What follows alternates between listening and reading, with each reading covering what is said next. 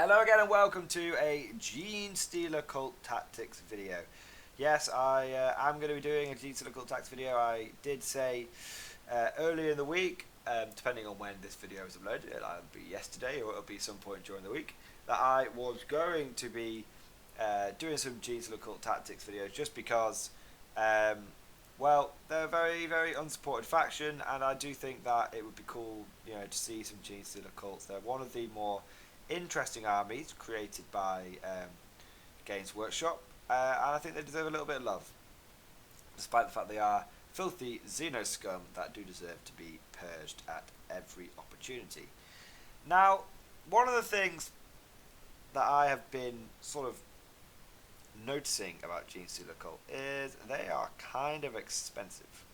For what you, well, I think the only reasonably priced unit in the army is the neophyte hybrids, but I've already done a while ago. I already did a video on how what I thought about neophyte hybrids, and I thought they were actually some of the best baseline infantry that you can get, and I still stand behind that.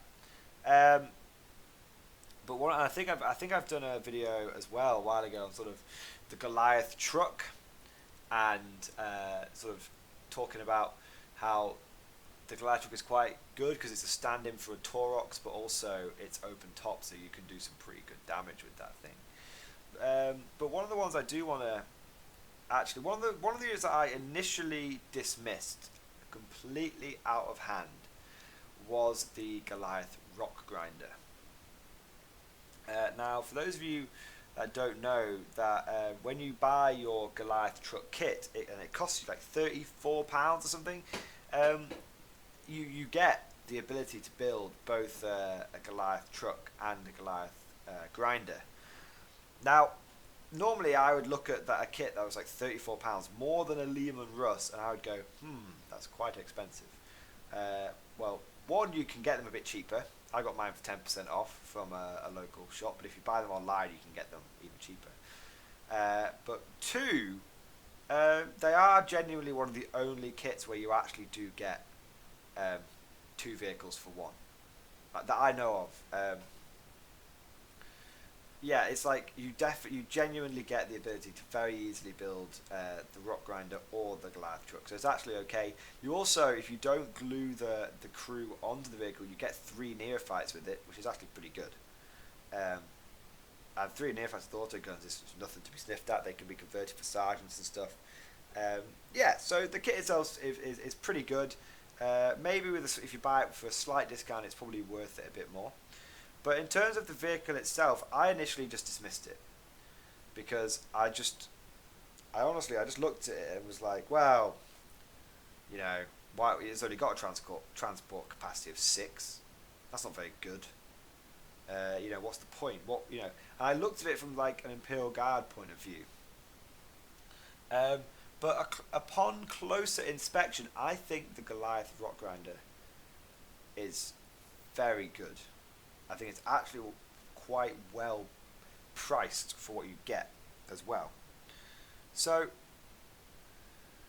what you get for the difference is basically the Goliath Rockgrinder is the close combat version of the Goliath truck, and it costs you 94 points base, which is quite expensive, and it comes with a heavy stubber, and you get a choice of clearance incinerator, heavy mining laser, or heavy seismic cannon. And it also comes, so you've got to choose between those 3 weapons. You have one of 3, and it also comes with a drill dozer blade. Now, the heavy stubber is pretty good. One thing I've noticed is Genestealer cults seem to pay a bit more for their DACA. For example, they pay 8 points for a heavy stubber, and the Imperial Guard pay 4. It's a bit weird. I think they should only be paying 4 points for it, I'll be honest. But the weapons you can choose here, basically you get the mining laser and the heavy seismic cannon. I would ignore those. I wouldn't bother with them. Because the heavy mining laser it's a 36-inch range las cannon, basically, but you pay 25 points for it. So you're paying 5 points more for a worse las cannon. Why would you do that? It's strength 9, 8 minus 3, d6 damage. And the heavy seismic cannon is kind of an interesting one It's got 2 firing modes, long wave and short wave. Long wave is 24-inch range, strength 4, AP minus 1, 2 damage. Short wave is heavy 2, so we've got a 12-inch range. Strength 8, AP minus 2, damage 3. When attacking with this weapon, choose one of the profiles below. All wound rolls of 6 have an AP value of 4. So it's kind of a weird one, because you can either have a 24-inch range, basically mastercrafted bolt gun, because it's heavy 4, strength 4, AP minus 1, 2 damage. Or you can have a 12-inch range battle cannon with a flat 3 damage. I don't like it though, because it's a heavy weapon, so if you move this thing, then you're not going to be... if you move this thing, you're not going to be able to shoot very well with it. And that's the problem. When I first saw this thing, I saw it as like a Lehman Russ. That was my mistake. I looked at it and was like, well, it's 94 points for rubbish Lehman Russ, because it was in the heavy support section. So I thought it's like a heavy support choice. I thought it's a long range choice. Yeah, you get the dozer blade on front, but whatever, I sort of dismissed it. But then I took a closer look and I looked at the clearance Incinerator. Now this is an interesting weapon. It's a heavy flamer, so it's assault D6, strength 5, AP minus 1, 1 damage. This weapon automatically hits its target, but it's got a 12-inch range. And having a 12-inch range is a biggie. It's an absolute biggie, guys, because it means that the vehicle has a much wider threat range, and also if someone charges the vehicle, you can always get overwatched against them. The big trick that a lot of people do is if they're like Blood Angels and they're able to roll 3d6 to the charge distance, and if Lamartius is kicking about, they can re-roll it if they fail, is they'll stay 8.1 inches away and then you won't get to overwatch with the heavy flamer. Well, that's not a problem with the Goliath Rockgrinder, because it's got a 12-inch range. So whatever, come and charge me, guys, I don't care. It's also important because the Goliath Rockgrinder itself only has a 10-inch movement, which is quite low for a vehicle. I honestly thought it'd have like a 12 or 14-inch movement, but if you put the clearance Incinerator on it, it's an assault weapon. So you just advance with it every turn. Just advance, advance, advance. There's no point in not doing it. You're not going to not advance because of the heavy stubber. Okay, I don't give a crap about the heavy stubber. I mean, it's cool. Heavy stubbers are cool, and I love the fact that this faction gets easier access to heavy stubbers than they do to heavy bolters. That's very fluffy. But I'm not going to not advance because of 3 bolter shots, which is basically what the heavy stubber is. I'm going to be advancing. So this in realistic terms has a 10-inch movement, but it's 10-inch plus D6. So on average, you're looking at 13 to 14-inch movement with this vehicle when you're using the clearance Incinerator, which makes a lot more sense. It actually makes sense, because why would you? Games Workshop couldn't really give you the clearance Incinerator and then say give this vehicle like a 14-inch movement, because then you're having people who are able to go like 20 inches and still flame people. That's pretty crazy for a relatively cheap vehicle. Now, the thing is that the clearance Incinerator plus the heavy stubber plus the base cost of this vehicle brings it to 124 points. So some of you will be thinking, well, 124 points, yeah, it can advance and it can still shoot and this is great kind of thing. But, like, that seems very expensive for essentially a slightly pimped out heavy flamer. And you are correct. That is very expensive for a slightly pimped out heavy flamer. Now, the thing is that you get the drilled dozer blade. And this thing is a beast. This thing is genuinely a beast. Okay. It's free. It comes with the vehicle for no additional cost. It gives the vehicle plus 3 strength. And the vehicle has a base strength of 5, I should say. And so that becomes strength 8, so wounded marines on 2s, always a good thing. It's AP minus 2 and it's D3 damage. Basically, guys, it's a close combat battle cannon. That's pretty good. That's pretty bloody good. And some of you will be thinking, well, what's the big deal? It's going to grind things, but most vehicles hit on 6s, right, and they only have 3 attacks base. Well, there you would be wrong, my friend, because the Goliath Rockgrinder hits on a 5+, and has 6 attacks base.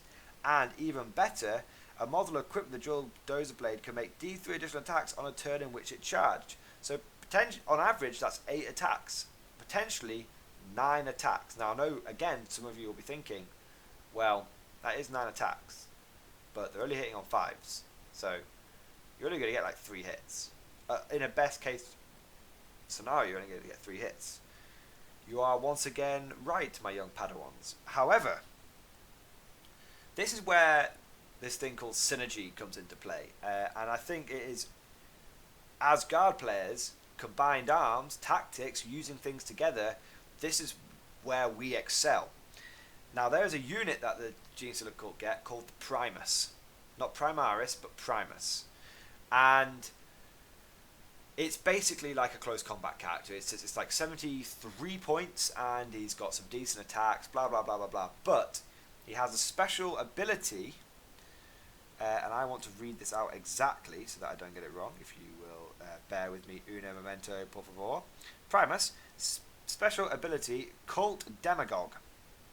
You can add 1 to all hit rolls in the fight phase for Genestealer cult units that are within 6 inches of any friendly Primus models.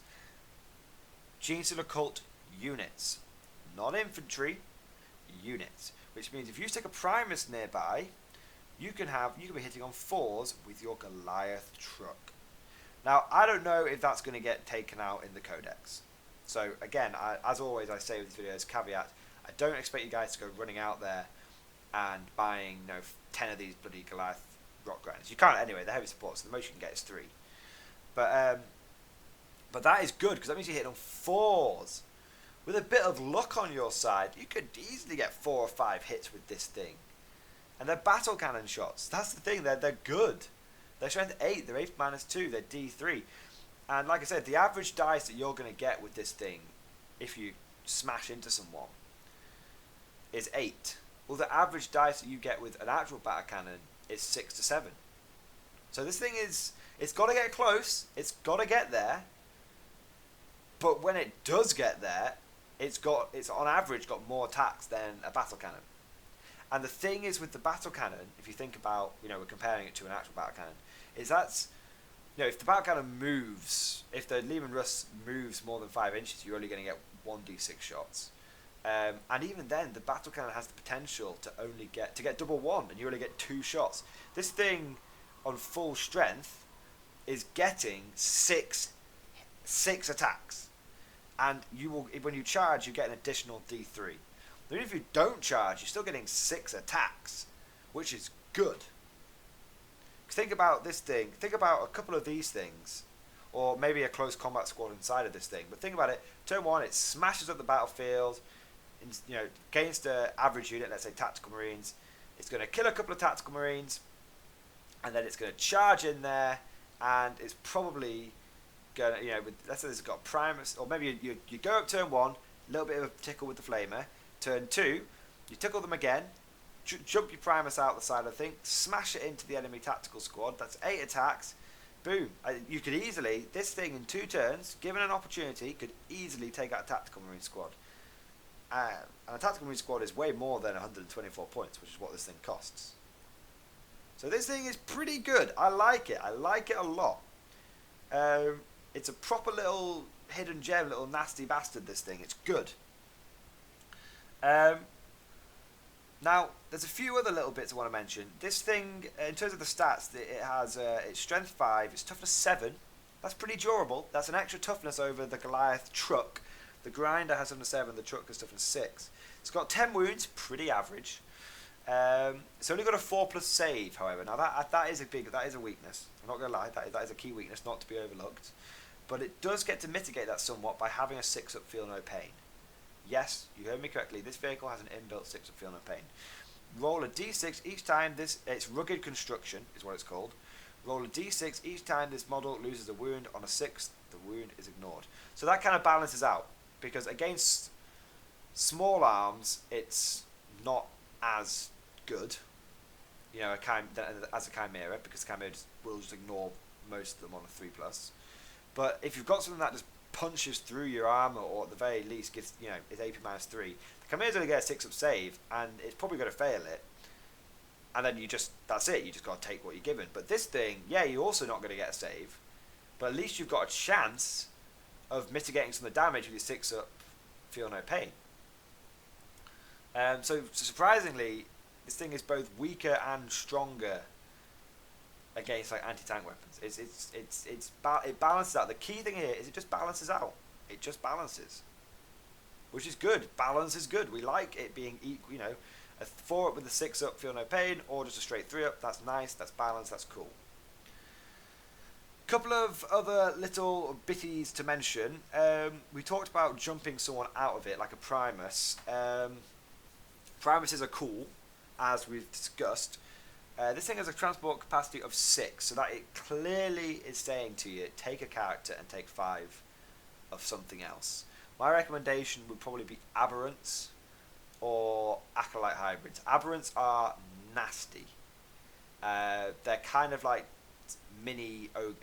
I'm not going to do a full video on them now. They're kind of like mini Ogrins. Okay, they don't have quite as many wounds as an Ogrin, and they're not quite as tough, but they reduce the amount of damage they take by 1, and also you can buy them all Thunder Hammers or Power Hammers in this case, and so that's strength 10. They're strength 5 basic like an Ogrin, so that's pretty good. So that is pretty tasty. So you can put a unit of Thunder Hammers basically in this thing with a Primus, and that means it's like 270 odd points if you do that. You take a unit of Aberrants with some Thunder Hammers and some Power Picks, which are quite good, and you just, between the two of them, do the Grinder and the Primus, and that'll go through most things. It'll go through Terminators. I'm not even kidding you, go through Terminators. You've got a really nasty attack unit there. Now the last thing I want to mention is this thing is not open topped.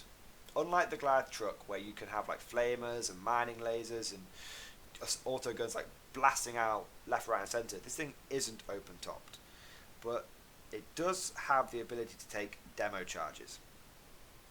It's only got a 6-inch range, but it is an assault weapon. So again, if turn 1, if you're somehow able to get within 6 inches of the enemy, this is good because it's an assault weapon. It's range 6. It costs 12 points, so it would put you up to, with the Incinerator, 136 points. It's assault D6, strength 8, AP minus 3, so it's better than a battle cannon. D3 damage, and you can just throw one of those every turn. So you might be in a situation where you've really, you're not quite ready to jump out. You haven't wounded the enemy enough yet. There's a big target in front of you. Well, you can burn them, and then you can throw some demolition charges at them, and then you can slam the Rockgrinder into them, and then next turn, once that should whatever you're going at, that should take a chunk out of it, and then next turn you can jump out and power hammer them to death, whatever's left over. So, hope you guys have enjoyed this video. I think the Goliath Rockgrinder is a really cool little kit. My plan, and I want some Genestealer Cult players to get some feedback. Let's have these comments as an archive for other players to come and have a look.